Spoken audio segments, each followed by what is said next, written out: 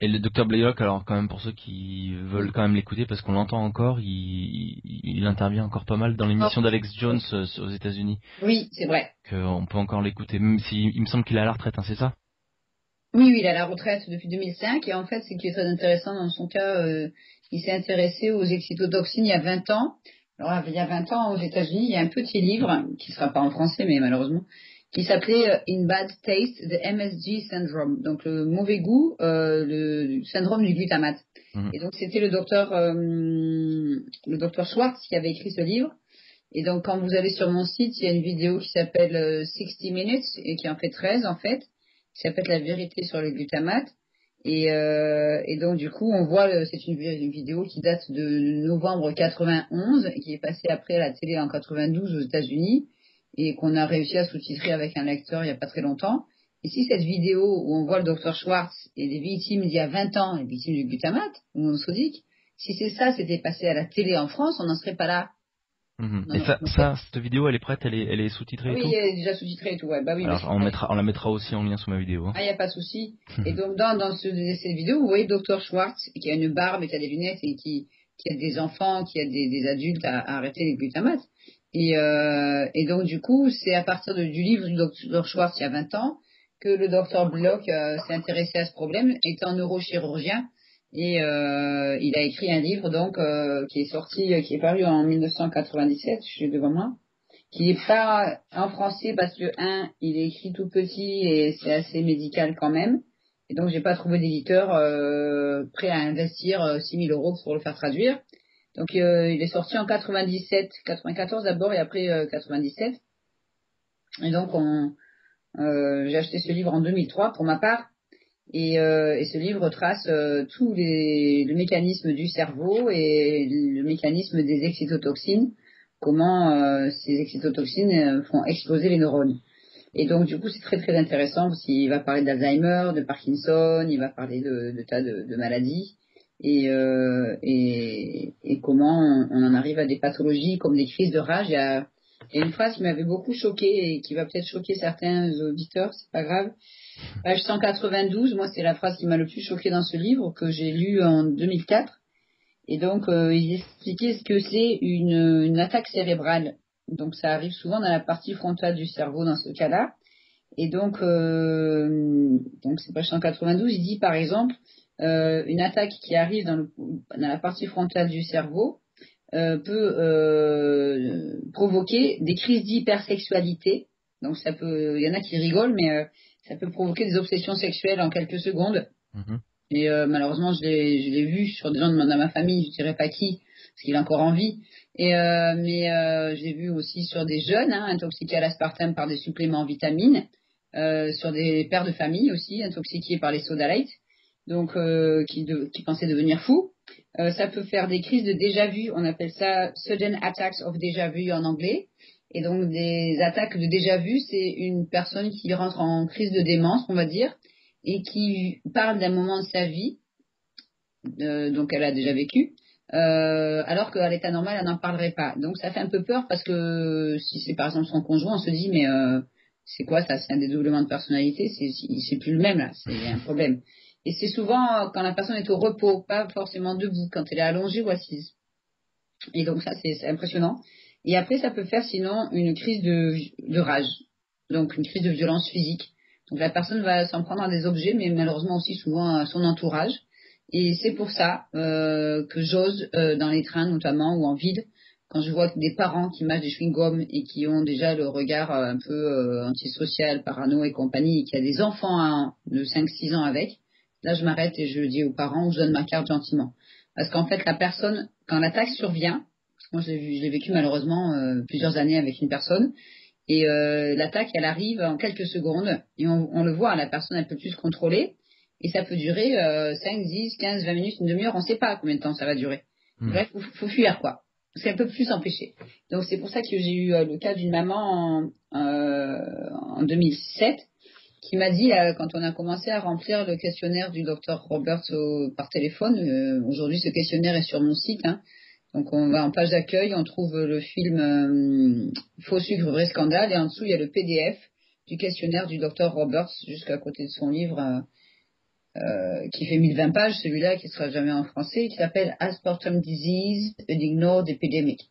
Et donc j'ai décidé de mettre le questionnaire du Dr Roberts sur mon site en 2011. Mais à l'époque, en 2007, je le remplissais à la main. Et cette maman de 47 ans qui consommait de grandes quantités d'aspartame en poudre tous les jours, la première chose qu'elle m'a dit, Madame Gouget, avant j'étais pas méchante, je le suis devenue. D'accord. J'ai dit je sais. Elle me dit vous me comprenez? Je dis oui, je vous comprends.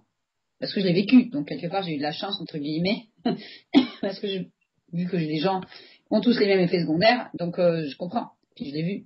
Et donc du coup cette maman, avec mon aide, a changé complètement d'alimentation en quelques jours.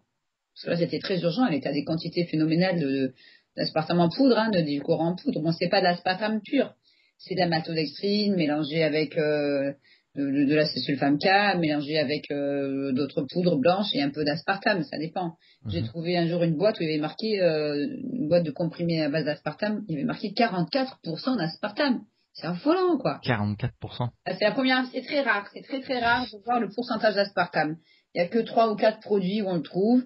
Donc, par exemple, j'ai devant moi une bouteille que j'ai achetée, malheureusement, il n'y a pas longtemps, parce que je vais faire je vais mettre ça sur mon site. Ça s'appelle Belle France. Ouais. C'est Cola Light. Donc, c'est des sous-marques, ok, c'est pas cher. Et là, Belle France, moi, je vais appeler ça honte à la France, c'est pas possible. Il y a marqué ingrédients eau gazéfiée, on s'en doute. Colorant caramel, le fameux E150D qu'on a décrié récemment. Oui. Issu de blé, alors entre parenthèses. Extraits végétaux et arômes naturels, donc là c'est 0,08%. Et qui dit arôme naturel dit aussi source de glutamate monosodique, c'est bien expliqué dans le reportage donc de 1991, dont noix de cola, édulcorant 2 points, aspartame entre parenthèses 0,06%. Après il y a acidifiant, acide orthophosphorique, caféine, on s'en doute. Et il y a la phrase contient une source de phénylalanine pour ceux qui pourraient souffrir d'allergie à la phénylalanine. Mais ceux qui en souffrent de cette allergie-là, c'est 2 ou 3% de la population en France, eh ben, eux, ils n'en prennent pas d'aspartame. Ils peuvent pas, il y a trop de phénylalanine dedans. Et donc, cette boisson, ils osent mettre en plus le pourcentage d'aspartame. Et ce qui est très intéressant au niveau scientifique, c'est qu'en France, j'ai rencontré des milliers de cas, en Angleterre un peu, mais j'y vis plus. Et j'ai rencontré aussi certains cas qui me contactent de la Hollande ou de la Belgique principalement. Et je n'ai jamais vu, je dis bien jamais, à moins que certains cas me contactent maintenant, mais j'ai jamais vu de gens qui souffrent d'agoraphobie et qui consomment des chewing-gums. Et l'agoraphobie peut être provoquée aussi par l'aspartame, d'accord? Donc l'agoraphobie, pour ceux qui ne sont pas au courant, c'est la peur de la foule, la peur du contact avec les autres. Donc ça donne des adolescents de 15-16 ans qui vont plus prendre le bus pour aller au collège ou qui vont plus au collège. Ça donne des gens qui ne peuvent plus faire des courses au supermarché, d'un côté c'est tant mieux pour eux, mais qui ne peuvent plus aller au bureau ou qui ne peuvent plus aller au cinéma ou dans des endroits où il y a du monde. Parce qu'arrivés là, ils font des crises d'agoraphobie. Donc la personne commence à respirer rapidement, à suffoquer, le visage commence à gonfler, la personne il faut qu'elle parte. Et elle fait une crise d'agoraphobie. C'est très très impressionnant. Et donc j'ai remarqué au fil du temps, depuis que je fais des conférences depuis 2005, que les cas d'agoraphobie, c'est uniquement ceux qui boivent des soda light. Donc des sodas, pas des limonades, des sodas, des sous-marques, il y a toutes les marques, mais il y a aussi beaucoup de sous-marques malheureusement. Et moins c'est cher, plus il y aura d'aspartame. Et là, il n'y a que des cas d'agoraphobie, c'est uniquement ceux qui consomment des colas. Donc comme je suis en contact avec le docteur Ralph Walton, que vous pourrez voir aussi sur mon site, donc dans le film Faux sucre, vrai scandale, qui est en lien aussi à côté du livre du docteur Roberts, ce film qui a été doublé en français par Planète en enlevant 40 minutes des 90 minutes du film d'origine qui est américain. Mais bon, c'est déjà ça. Donc là, le docteur Ralph Walton, je l'ai contacté à New York. Il est toujours professeur en psychiatrie. Et ce psychiatre s'occupe des troubles psychiatriques aggravés par l'aspartame depuis 1985. Je répète, depuis 1985. Et en France, on dit toujours rien. Ouais, rien du tout. Pas quoi. Et donc lui, il m'a dit, j'ai demandé pourquoi je trouvais que des gens accros à ces soda light souffrant d'agoraphobie, mais pas d'agoraphobie au chewing-gum. Et il m'a expliqué que, selon lui, les sodas contiennent de la caféine, et de l'aspartame. Et ils pensent que le mélange caféine et aspartame peut accélérer les troubles du comportement et les phobies. D'accord. Et bon, moi, je suis passionnée par ce que je fais de toute façon, mais je suis assez inquiète quand je vois des parents qui me contactent pour une petite fille de 11 ans qui fait de l'agoraphobie et qui prend beaucoup de choses à l'aspartame. À ce sujet, on en parle rarement, ou alors ça vient une fois de temps en temps, là, quand il y a une petite alerte, comme la dernière fois avec le coca, ou etc. Oui, On parle un petit peu de l'aspartame, ça dure un une jour semaine, ou un 2 jour. heures, et puis hop, ça disparaît, on n'en Bien parle plus. sûr, La bien conclusion de sûr. l'émission, généralement, c'est à vous de vous faire votre idée, mais bon, il y a... Il n'y a pas hein, de risque. ça n'a pas été démontré. Allez hop, Voilà, ouais, c'est ça. Ou alors, il faudrait boire 30 canettes par jour voilà, exactement. pour que ça soit dangereux. Alors, les gens, ah ben, continuons. Et, ou alors, on fait une émission d'1 heure sur une radio nationale, je dirais pas laquelle. Ah oui, oui, j'ai Et entendu, je crois qu'on a entendu la même. voilà, pour voir si c'est dangereux chez la femme enceinte. Alors, la journaliste qui fait son enquête sur le trottoir d'un café va voir une femme qui est enceinte de 7 mois, et s'il se trouve qu'elle est généraliste. Alors, ah oui, j'en bois, mais pas souvent. Et il y a un danger? Non, non, pas du tout. Et comme les gens, ils écoutent l'émission et qu'ils se disent, ah ben, un généraliste qui boit du Coca Light, si elle est enceinte et que tout va bien, moi aussi. Et donc, du coup, l'émission se termine, on ne sait plus si c'est dangereux ou pas. On a parlé de stevia, on a parlé de l'aspartame. Mais finalement, dans le doute, on va continuer puisqu'un médecin dans l'émission boit des soda light. Enfin, faut arrêter, quoi. Exactement. Et alors bon, moi j'ai de la chance, j'ai accès à la presse spécialisée, on va dire, hein, Ouais. de l'agroalimentaire. Et ce qui m'a fait rigoler, c'est au moment où il y a eu cette fameuse, quand on a entendu que le Coca-Cola était, enfin que le colorant E150 qui était Oui. dans le Coca-Cola était cancérigène, il y a eu une petite page d'un seul coup qui est arrivée dans un des magazines. Alors peut-être que je le mettrai sur mon site internet, et puis je vous le donnerai si vous voulez, Hmm. où il y a une personne dans ce magazine qui nous dit que en fait le colorant E150, enfin c'est aidé. Bon, il y a rien qui dit vraiment, il y a aucune il y a rien qui dit que c'est vraiment dangereux, etc. Et à la fin il dit, et même le FSA, donc le FSA c'est l'organisme qui s'occupe de la Oui, ça. santé au niveau européen. Européen. Hmm. Même le FSA qui a conclu que c'était pas dangereux, il y a pas de préoccupation à avoir. Alors ça, ce qui est rigolo, c'est que c'était dans le numéro de mars 2012 de ce magazine, c'était à la page 45. Et ce qui est rigolo, c'est que j'ai pris le même numéro, donc je continue à tourner les pages, et à un moment donné, j'arrive à la page 80, je veux dire 84 du même numéro. Et là, on a un article sur le FSA. Le FSA fête ses 10 ans. Ah, super. Donc le FSA fête ses 10 ans, mais à la fin de l'article, mais 10 ans après sa création, l'heure est aussi aux améliorations. Ah bah oui, parce que l'indépendance de certains experts de l'FSA a été mise à mal dernièrement sur certains sujets sensibles. C'est pas beau Il y a ça? carrément une vidéo qui Sur... a été faite en Belgique C'est là-dessus. fou ça. Donc sur certains sujets sensibles, comme les OGM ou l'aspartame, c'est bien Voilà. dit. Dans le même numéro, 40 pages après. Je me ferai un plaisir de scanner ce Ah truc-là ben, et bien je le sûr, mettre sur mon site allez-y. internet. Bien sûr, allez-y. Ça me fait halluciner ce genre de truc. Voilà, donc non, non, ils sont pas du tout indépendants, ces gens-là. Et à mon grand désespoir, en France, il y a eu aussi, je vous l'enverrai aussi, parce que c'est un scientifique qui me l'a fait passer, le fameux rapport de l'ANSES, 4 juin 2012, sur l'aspartame. Il me semble que je l'ai Et mis dans ma vidéo. Non, je l'ai mis voilà, dans mais ma c'est vidéo, très il me semble. grave. Alors ça s'appelle Note d'étape de l'Agence nationale de sécurité sanitaire de l'alimentation, Oui. de l'environnement et du travail. C'est sur l'aspartame. C'est un tissu de mensonges. Donc Oui. il y a des groupes comme le CLCV en France qui s'abritent là derrière. Et donc il y a 29 pages de blablabla, blabla, mais je suis choquée, sur en fait que pour qui critique l'étude du Danemark sur les femmes enceintes et tout ça. Et donc le directeur général s'appelle Marc Mortureux, il a 5 enfants. Et quand on cherche un peu ce qu'a fait ce monsieur, on voit qu'il a participé à de nombreuses réunions à l'EFSA, dont une par rapport au Codex Alimentarius, hein. Mhm. Et donc, si ça vous parle. Et donc lui, il signe ça en disant qu'il faudrait faire peut-être une réévaluation de la dose journalière admissible et Ah qu'il oui. faudrait faire peut-être d'autres études. Et voilà quoi. Et donc on finit par des études qui les arrangent bien. Hmm. Ils notent ce qu'ils veulent. Et à la fin, à la page, je vous l'enverrai aussi de toute façon. Bon, il y a plein de mensonges. Je suis absolument choquée. J'ai failli m'arracher les cheveux, mais bon, j'ai envie d'être chauve, donc je me suis retenue. Donc voilà, à la fin, il y a marqué audition des parties prenantes. Alors, personnalités scientifiques auditionnées. Ils sont pas sortis de la France, hein. Vous avez, je dis pas les noms, mais des médecins de Montpellier, comme par hasard, de l'hôpital Necker, comme par hasard, de Montpellier à nouveau. Vous avez l'étude du Danois et une femme médecin de Toulouse. Donc la même région, je vous dis pas ce qui s'y passe, mais bon. Après, audition des parties prenantes, restez assis, représentants de l'industrie. International Sweetener Association, Lisa. D'accord? Mhm. Lisa, il surveille déjà tout ce que je fais depuis 2005. Après, vous avez monsieur Hugues Pitre de chez Mérissan. Mérissan, c'est quoi? Je ne sais pas. C'est Voilà. une Non, mais question? Je sais pas. Alors, Je sais pas. alors, ça, c'est très intéressant comme question parce que les gens ne savent pas. Tout à l'heure, on a évoqué le mot Monsanto, d'accord? Oui. Et quand je demande aux gens, c'est quoi Mérissan? Ils savent pas. Donc, il y a des milliers de gens en ce moment même qui vont au supermarché acheter un édulcorant qui s'appelle Purvia, à base, soi-disant, de stevia. Mhm. C'est distribué par Mérissan. Mais Mérissan, c'est celui qui distribue Canderel depuis 30 ans, plus de 30 ans en France. D'accord, c'est le même. C'est le même. D'accord. Et le produit est dangereux? Ah, la stevia, oui, bien sûr. Le produit est dangereux.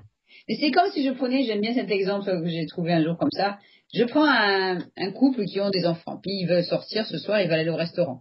Et moi, je leur dis, bah tiens, mon voisin, il a fait 30 ans de prison parce qu'il a tué des gens, mais maintenant, il a compris, il est sorti de prison, il est gentil. Est-ce qu'il pourrait garder vos enfants? Ben, les parents, s'ils ont un peu du jote, ils vont dire, ben, bien sûr que non. Dire, on va pas laisser un criminel garder des enfants. Ouais. Et là, les gens se ruent sur un truc qui est à base de stevia, soi-disant, alors qu'il n'y en a que des fois 1,20 voire 2,20%. Et c'est joli, il y a des jolies feuilles vertes dessinées sur la boîte, et ils vont s'empiffrer d'un nouvel édulcorant parce que c'est à base de plantes. C'est un scandale déjà aux États-Unis. Le scandale lui mettra que 20 ans pour arriver en France. Donc quand on regarde bien, ils ont changé plusieurs fois la composition. Donc il y a maltodextrine, il y a érythritol, il y a arôme naturel, et la plante de stevia, déjà c'est vert à la base, mais là c'est blanc. Aux États-Unis, certains prétendent que ça viendrait de stéviosie de Chine, donc c'est pas une bonne chose. Mais bon, il y a très peu de plantes là-dedans s'il y en a, et le restant, c'est des bases qui peuvent contenir du glutamate libre. Donc c'est moins dangereux que les sucrètes à base d'aspartame, mais c'est pas forcément naturel. Mais bon, ça coûte très cher. Ils en ont fait maintenant même des sucres, des sachets, des boîtes entières. Oui, oui, on voit Et que ça arrive là, c'est c'est en train distribué d'arriver. par le même distributeur que Conderel, on va dire. Mhm. C'est affolant. Et donc sur cette liste, vous avez après Madame Stéphane Ronsman de chez Coca-Cola, Monsieur Hervé Nordman de chez Ajinomoto. C'est quoi Ajinomoto? Je ne sais pas. Je ne savais pas non plus. Non. Vous voyez, c'est intéressant de voir jusqu'où va la désinformation, mais c'est pas votre faute du tout. Ajinomoto France.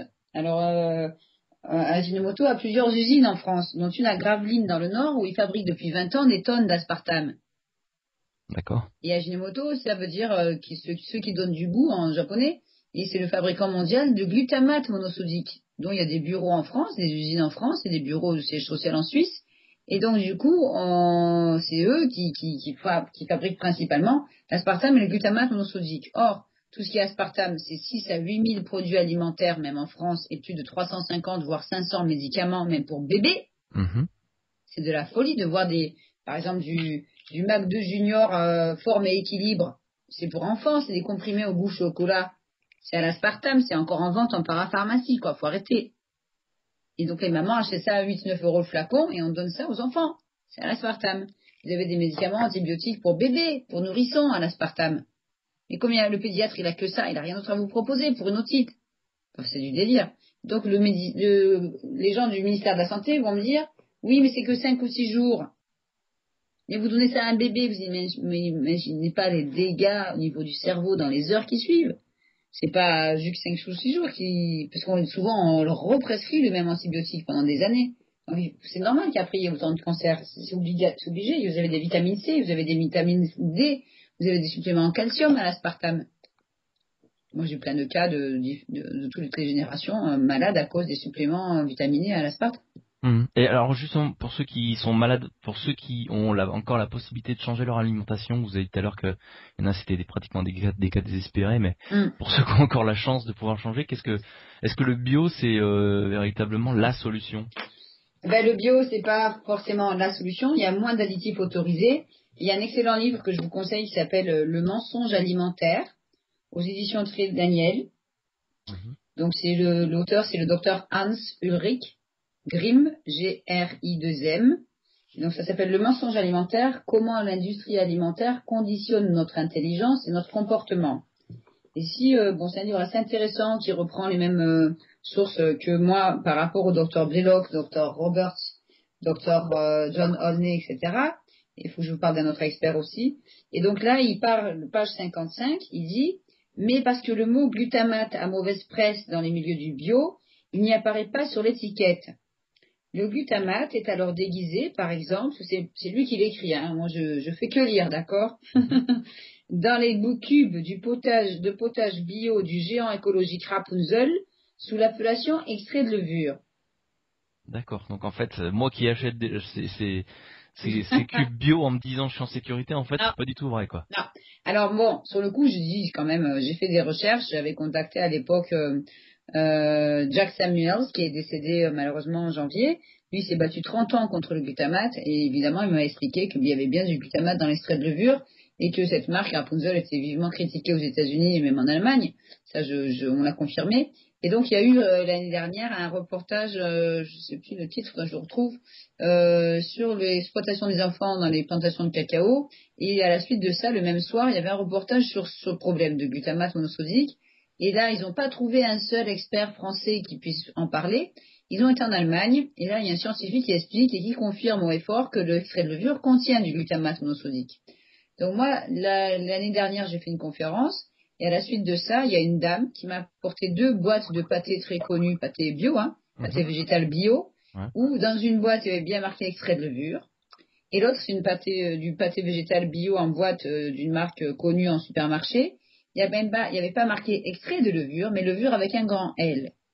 Or, ce qui est intéressant dans ce cas-là, c'est que cette femme qui avait à peu près une cinquantaine d'années est allergique au glutamate monosodique. C'est-à-dire que quand elle en prend, dans les 10-15 minutes, elle réagit au niveau de la bouche, elle a des éruptions cutanées, elle commence à gonfler, elle a des nausées, des vertiges, des sensations de brûlure au niveau de la nuque, donc elle réagit très rapidement. Et elle n'a pas fait attention, elle a pris sa boîte de pâté végétal, elle est rentrée chez elle, et elle s'est dit, oh, il est trop bon ce pâté, elle a mangé une tartine, 2 tartines, 3 tartines, elle a fini la boîte. Donc en général, dans ces boîtes, j'en ai une devant moi, c'est 125 grammes. Et dans le quart d'heure qui a suivi, elle a commencé à réagir comme si elle avait pris du glutamate. D'accord. Sauf qu'elle ne savait pas, jusqu'à ce qu'elle me rencontre, que c'était à cause de l'extrait de levure. Donc là, ça peut être très dangereux pour ces gens-là, parce que ceux qui sont allergiques au glutamate peuvent faire un œdème de Quint. Ouais. C'est-à-dire que c'est le gonflement des voies respiratoires et ils s'étouffent. Donc du coup, elle m'a donné ces 2 boîtes de pâté connues et elle m'a dit, je vous promets, j'en mangerai plus. Donc après, du pâté végétal, si on a un peu de temps et si on a un peu matériel pour cuisiner, on peut s'en faire soi-même sans extrait de levure. Mmh. Et bon, dès qu'il y a addiction, dès qu'on commence à ouvrir un paquet de chips, de bonbons, de pâté végétal, une boîte, etc., et qu'on a, dès la première bouchée ou la première poignée de produits, on a envie d'y retourner, mais systématiquement, c'est qu'il peut y avoir quelque chose. Je veux dire, c'est pas normal. Après, il y a un autre produit qui provoque l'addiction et dont on va parler qu'en septembre, j'espère qu'un livre va sortir, c'est la lécithine de soja. Ah oui. Là, cet additif est utilisé en tant qu'émulsifiant pour donner de la texture, mais il n'y a pas que ça. Et donc, j'ai remarqué sur de nombreux cas qu'il y avait une addiction, par exemple, au chocolat industriel. Vous allez prendre un peu de temps, si vous voulez, pour vous amuser dans un supermarché, et vous allez essayer de trouver un chocolat sans lécithine de soja. Si vous en trouvez une marque, vous me dites, supermarché. Je n'ai pas encore trouvé. Mais j'y vais moins parce que ça me déprime tellement d'aller dans ces lieux de perdition. Et donc, du coup, ils sont tous à la lécithine de soja, sans parler des chocolats individuels, sans parler des biscuits, sans parler des pâtes à tartiner très connues. Et donc là, on vous dit ça sert d'émulsifiant. Or, on a la chance en France, on a le professeur Gilles-Éric Serralini, qui a déjà eu des procès contre Monsanto et dont il en a gagné, certains. Et donc, du coup, lui, il commence à dire depuis à peu près 2 ans que quand on va marquer lécithine de soja ou amidon de maïs transformé, mais attention, des fois, ils vous mettent amidon et puis c'est tout. Ou amidon de maïs, ils mettent pas toujours transformé. Mmh. Là, on a affaire à des OGM. D'accord. Et là, c'est très grave. Il est prouvé depuis maintenant des années, et c'est une grosse campagne aux États-Unis, que les OGM, c'est toxique. Ça entraîne des tas de problèmes de fertilité chez l'animal, d'allergies, de tas de problèmes de santé. Mais en France, on va pas trop en parler. Donc personnellement, mais ce n'est que mon point de vue, quand on dénonce par certains groupes les OGM dans les champs avec des faucheurs et compagnie, eh ben moi j'aimerais bien qu'on dénonce un peu plus ceux qu'il y a dans l'assiette. Parce que malgré certains efforts de certains groupes qui sont pas forcément indépendants, que je citerai pas, les gens continuent, sous l'effet de ces addictions, d'aller racheter le produit. Et ils vont pas lire l'étiquette. Pourquoi? Parce que c'est écrit en lettres de moins d'1 millimètre de haut et que l'aspartame et le glutamate font baisser la vue. Et oui, c'est très grave. Et donc, pour le glutamate monosodique, c'est très intéressant. C'est prouvé depuis 1955 environ. C'est pas d'hier. C'est parce qu'ils ont remarqué sur des souris que ça provoquait des problèmes de vue qu'ils ont fait des tests. Et le professeur John Olney, que vous verrez dans le film Notre poison quotidien, lui, il s'était penché dessus des années 59-60 en donnant du glutamate monosodique à des souris et en disant, regardez, ça fait des lésions cérébrales. Ça fait des trous dans le cerveau des souris. Des années 60, il a dit ça. Donc lui, il avait organisé tout un débat pour dire, ben voilà, devant les industriels des produits pour enfants, il avait dit dans les années 70-80, je crois, il avait dit, voilà, il faudrait retirer le glutamate monosodique des produits pour enfants. Ils ont dit, oui, on va le retirer. Ils l'ont pas fait. Ils ont changé le nom, c'est tout. Et aujourd'hui, les doses de glutamate sont multipliées tous les 10 ans par 2 ou 3. Or, le glutamate existe depuis 102 ans. Le glutamate monosodique, je parle, parce qu'il y a 2 glutamates, c'est le naturel et le chimique. Et donc, depuis 102 ans, imaginez qu'ils ont multiplié les quantités par 2 ou 3 tous les 10 ans, on est mal. Ouais, là on va vers une véritable épidémie de Attendez. malades, de cancers et au etc. départ, le glutamate provoque l'obésité et le diabète. Donc John Olney, qui est encore en vie, il a plus de 78 ans, il avait dit, il y a plus de 40 ans, si on laisse autant de glutamate monosodique dans la nourriture, nous assisterons à une épidémie mondiale de diabète et d'obésité. On y est. Ah oui, C'est pas normal de voir des enfants en surpoids à 6 ans, ou des enfants qui naissent obèses. Parce que la mère a mangé tous ces sur des rats, ça l'a fait. Des enfants, des petits rats qui naissent en surpoids parce que on a nourri la maman au glutamate. Donc on donne des fois du glutamate et de l'aspartame à des animaux d'élevage pour les faire grossir plus vite. Après c'est du délire quoi. On n'a jamais aussi mal mangé. Donc évidemment après une fois qu'on arrête ça, ça va mieux. Mais il faut aussi l'éviter dans les produits bio. Je veux dire, il n'y a rien à faire du glutamate dans les produits bio. Mais je vous donnerai un lien en anglais. Tout un article de Jack Samuels justement à l'époque sur toute l'histoire du fait qu'ils ont réussi à introduire des sources de glutamate dans les produits bio et donc le docteur Blaylock aux États-Unis dit toujours même dans le bio il faut lire les étiquettes. Seulement voilà, il y a de plus en plus de gens qui portent des lunettes, même d'enfants. Quand vous faites un tour dans n'importe quelle ville en France, je pense qu'il y a peut-être autant de magasins de lunettes que de pharmacies. Moi j'hallucine la taille des magasins de lunettes, on se demande comment c'est possible. Je ne porte pas de lunettes personnellement. Les problèmes de vue, ça peut être héréditaire, mais ça peut venir de ce qu'on mange. Et ce que la maman a mangé pendant la grossesse, je vous garantis. Et on va rien dire. Comme on ne peut pas lire les étiquettes, on achète. D'accord, mais vraiment, alors finalement, on n'est pas en sécurité finalement quand on achète bio. Quand on y croit, comme moi j'y crois en fait, j'y croyais jusqu'à maintenant. Mais finalement, je suis pas en sécurité. Je regarde encore les étiquettes même dans le bio, quoi. Oui, même dans le bio, parce qu'après il va y avoir des arômes naturels qui sont pas forcément bio. Il y a très peu d'arômes bio. Ça coûte cher, donc du coup, si on est intolérant ou allergique, on va éviter les arômes naturels, on va éviter les sources de maltodextrine. J'ai toute une page sur la maltodextrine dans mon livre. On va éviter aussi, malheureusement, le prochain scandale, ça sera, j'espère, pour la rentrée, avec un livre qui va sortir. Je vous enverrai la couverture par internet. Et donc, ce livre, c'est parti d'un autre livre que j'ai lu il y a à peu près 2 ans déjà. Et donc, ce livre est sorti, je l'ai devant moi. Il est sorti aux États-Unis, encore une fois. Alors, on va vous dire, oui, les Américains, c'est là où ils sont le plus malades, le plus d'obèses, le plus d'arrêt cardiaque, le plus de ceci, cela. Ben oui, mais la dose journalière admissible d'aspartame est plus élevée aux États-Unis qu'en Europe. Ça c'est encore hallucinant, c'est ce que j'avais vu quand j'avais fait ma petite vidéo sur le Coca-Cola, c'est que les doses journalières absorbables, elles sont pas les mêmes aux États-Unis et en Europe. On n'est pas égaux en fait. Non, on n'est pas égaux. Donc du coup, c'est pour ça qu'il y a, à mon avis, qu'il y a le plus d'obésité aux États-Unis, mais vous inquiétez pas entre guillemets, la France y arrive. On a des cas, moi je suis en relation avec différents thérapeutes qui me reportent des cas de femmes à 180 kilos. Oui. Non, mais 130 kilos avec des sucrètes depuis 20 ans, alors que c'est censé faire maigrir.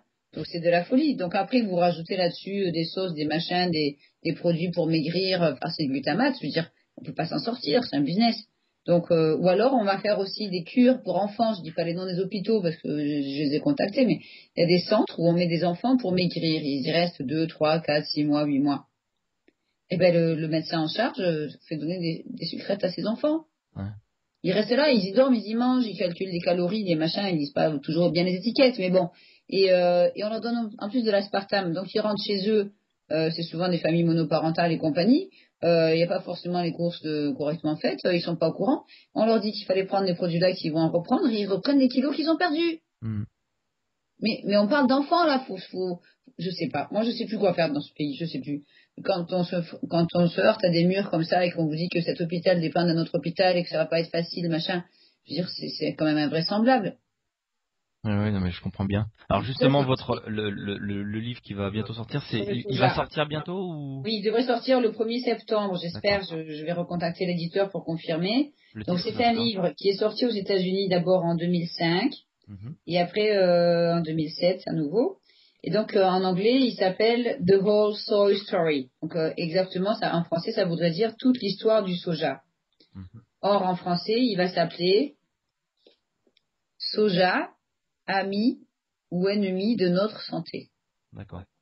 Aux éditions Résurgence, il devrait sortir début septembre. Ça fait presque 2 ans qu'on travaille dessus. Et donc moi, je suis en lien avec l'auteur qui s'appelle Dr. Kayla Daniel, K-A-A-Y-L-A, et T plus loin Daniel, comme le prénom, D-A-N-I-E-L. Et donc cette nutritionniste américaine a mis 4 ans à écrire ce livre. Moi, je l'ai lu comme un roman parce qu'il y avait énormément de témoignages, des fois assez choquants. Et à la fin du livre, on voit qu'il y a plus de 30 chapitres et il y a toutes les références. Donc il y a entre 2 et 130 références par chapitre. Ok. C'est du délire. Donc après, bon, moi ce qui est intéressant pour ma part, c'est de lire des livres comme ça, de voir les témoignages et de rencontrer des gens dans d'autres pays, comme en Europe, qui ont mangé du soja. Ça peut être 6 mois, ça peut être 1 an, ça peut être 30 ans. Et quand vous voyez que tous ces gens que j'ai déjà rencontrés depuis septembre, où j'ai commencé à faire des conférences là-dessus, et à me dire, ben tiens, elle boit du lait de soja, elle a plus ses règles, elle a 23 ans. Ah ben tiens, elle en a mangé 30 ans, elle a plus de thyroïde. Ah, mais elle a des problèmes osseux, ou tiens, il y a un cancer. Et puis, ah oui, bah, du soja à répétition pendant 10 ans. Ou des migraines. Le premier symptôme en général, c'est des migraines comme l'aspartame. C'est étrange, non? Mhm. Et donc du coup, la personne elle va prendre des médicaments. Donc j'ai vu un cas, c'était une femme de 47 ans, 10 ans de lait de soja bio, Ouais, c'est 9 lourd ans de en plus. migraine. C'est la folie. Et donc 9 ans de migraine. Et là, on lui donne 3 ans de médicaments à l'aspartame pour bloquer les migraines. Pardon. Et donc après, nodule de la thyroïde, forcément, aspartame et soja, je vous dis pas le cocktail chimique. Et donc du coup, on a lui donné du médicament pour la thyroïde. Mais il n'y a pas un thérapeute en 10 ans qui lui a dit vos migraines viennent du soja, quoi. C'est quand même aberrant, quoi. Bah, Alors le docteur Belloc, c'est la première chose qu'il posait comme question. Attendez, bougez pas. C'est quand même incroyable. ce que je vous propose, c'est par rapport au soja, c'est qu'on se revoie ou qu'on se recontacte peut-être à la rentrée pour qu'on parle du livre, Ah oui, une c'est fois sûr, quand ils sortent, ouais. que les gens l'auront lu un petit peu, pour qu'on parle un petit peu du soja justement. Ben après, je rechercherai sûrement des témoignages de gens qui en ont pris. Ouais. Bon, je connais déjà certaines personnes, mais après là, pour faire marche arrière, si ça fait, j'ai vu un cas ce week-end. C'était une jeune femme, je sais pas, 24, 25 ans, qui vient me voir et qui me dit, est-ce que le soja fait des retards de croissance? Alors je dis, ben oui. Et mais j'étais élevée au soja et je grandis plus depuis plusieurs années. Donc voilà, moi je constate, hein, Mhm. les gens qui viennent me voir, qui me disent, bah tiens, un homme de 35 ans qui prend des produits au soja, bah il a les seins qui poussent, c'est normal. Oui, il y a un problème là, je crois. Oui, il y a un problème, mais j'en ai vu un de 17 ans, ça faisait 1 an qu'il prenait du lait de soja. Il était torse nu, donc là, il n'y avait pas photo, quoi. Mhm. Je dis, arrête tout. Ah non, quand même, c'est pas possible ce que vous dites. Évidemment, les gens, en général, ils prennent du bio, hein, là. Donc, Alors, juste pour terminer, je voulais oui, juste revenir un tout petit peu parce que là, on est bientôt dans la période des vacances. Enfin, on y est même dans la période des vacances et je sais oui. que les gens ils vont aller manger plein de glace sur les Ah, plages, etc. Je sais pas si vous avez vu il y a une semaine ou deux à peu près un reportage qui est passé sur M6. sur les fabrications des glaces. Non, non, Et donc, ça m'intéresse. alors, il y avait 2 glaciers qui se faisaient face, grosso modo, c'est dans la ville d'Antibes, si je me rappelle bien. Et il y en a un qui dit qu'il fait des glaces maison, et l'autre qui dit qu'il fait ses glaces, artisanalement, quoi. Et donc on Mhm. voit le gars qui fait ses glaces maison, mais je vous explique même pas ce qu'il fait en fait. Il fait un mélange en fait, tout ce qu'il a c'est des poudres Ouais. qui contiennent des colorants de toutes sortes avec, Ah là genre, là là. il fait un espèce de pâté avec de l'eau, voilà. Et à la fin, le pâté ça donne une espèce de glace, et il donne ça à bouffer aux gens, puis les gens ils sont là, ils font, c'est excellent, extraordinaire. Donc là, cette vidéo, je vais la récupérer là, puis Mais ouais, je vais la mettre en à ligne, hein. moi parce que là c'est grave, ouais. Là, c'est vraiment C'est incroyable pour ça cette que vidéo. j'en parle quand on m'a filmé là avec France 3 où je vois ce jeune qui mange une glace bleue là. Hmm. C'est Oui, affolant, oui. quoi. Bah C'est affolant. c'est exactement ça. Et donc cette vidéo, je la mettrai, je pense, assez très très rapidement, peut-être Ah ouais, bien tu peux la voir parce que moi sur mon site internet et puis sur le YouTube. Oui, vous avez raison, ouais, c'est ce qu'il faut faire parce que là, Voilà. faut faire passer. Ouais, je la partagerai avec plaisir. Bon, je vous propose qu'on se recontacte éventuellement à la rentrée pour parler du soja, éventuellement. Oui, bien sûr, ouais. Ouais, Bah là, c'est ça va parfait. faire un nouveau scandale. Bah écoutez, en tout Quand c'est cas, bon, le livre est sorti, je vous tiens au courant. ok. Et ben écoutez, en tout cas, je vous remercie pour avoir répondu à mes questions. De rien, avec Et plaisir. et puis, ben pour les auditeurs et pour ceux qui vont regarder cette vidéo, mangez bien, attention aux glaces, Oui. hein. Et Attention puis aux chips, aux glaces, aux ouais. boissons, Ah bah tiens, je pense. est-ce que toutes les chips sont Non, concernées? Pas toutes? non, pas toutes. Alors, un supermarché, il reste encore, je sais pas combien, faudrait que j'aille compter, tiens. Faut que j'aille faire ça. Il reste encore quelques paquets de chips où il y a Quelques marqué paquets. pommes de terre, huile végétale, Ouais, exactement. sel.